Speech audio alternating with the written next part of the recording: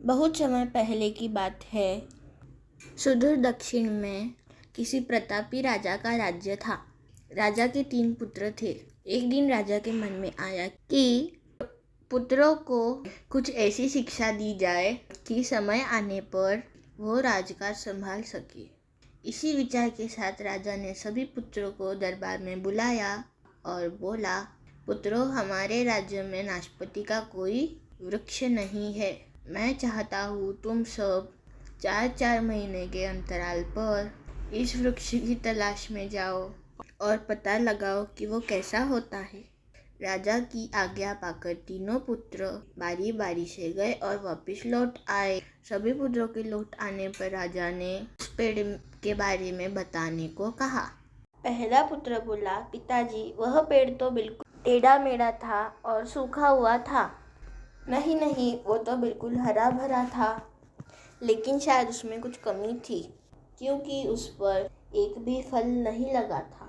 दूसरे पुत्र ने पहले को बीच में ही रोकते हुए कहा। फिर तीसरा पुत्र बोला, भैया, लगता है कि आप भी कोई गलत पेड़ देख आए, क्योंकि मैंने सचमुच नाशपाती का पेड़ देखा। वो बहुत ही शानदार था और फलों से लदा पड़ा था। और तीनों पुत्र अपनी अपनी बात को लेकर आपस में विवाद करने लगे कि पुत्रों, तुम्हें आपस में बहस करने की आवश्यकता नहीं है।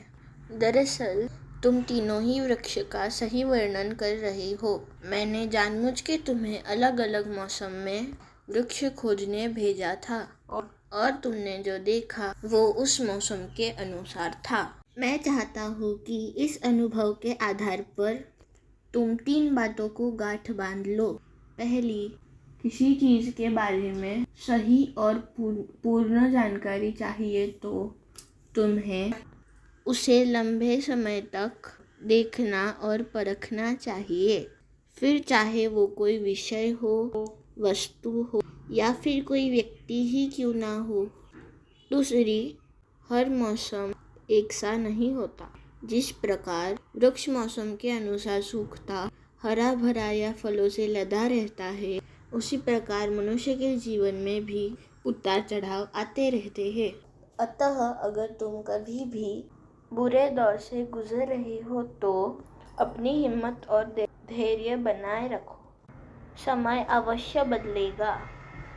और तीसरी बात, अपनी बात को ही सही मानकर उस पर अड़े मत रहो।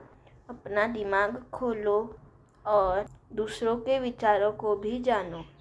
यह संसार ज्ञान से भरा पड़ा है। चाह कर भी तुम अकेले सारा ज्ञान अर्जित नहीं कर सकते। इसलिए भ्रम के इस स्थिति में किसी ज्ञानी व्यक्ति से सलाह लेने में संकोच मत करना। धन्यवाद।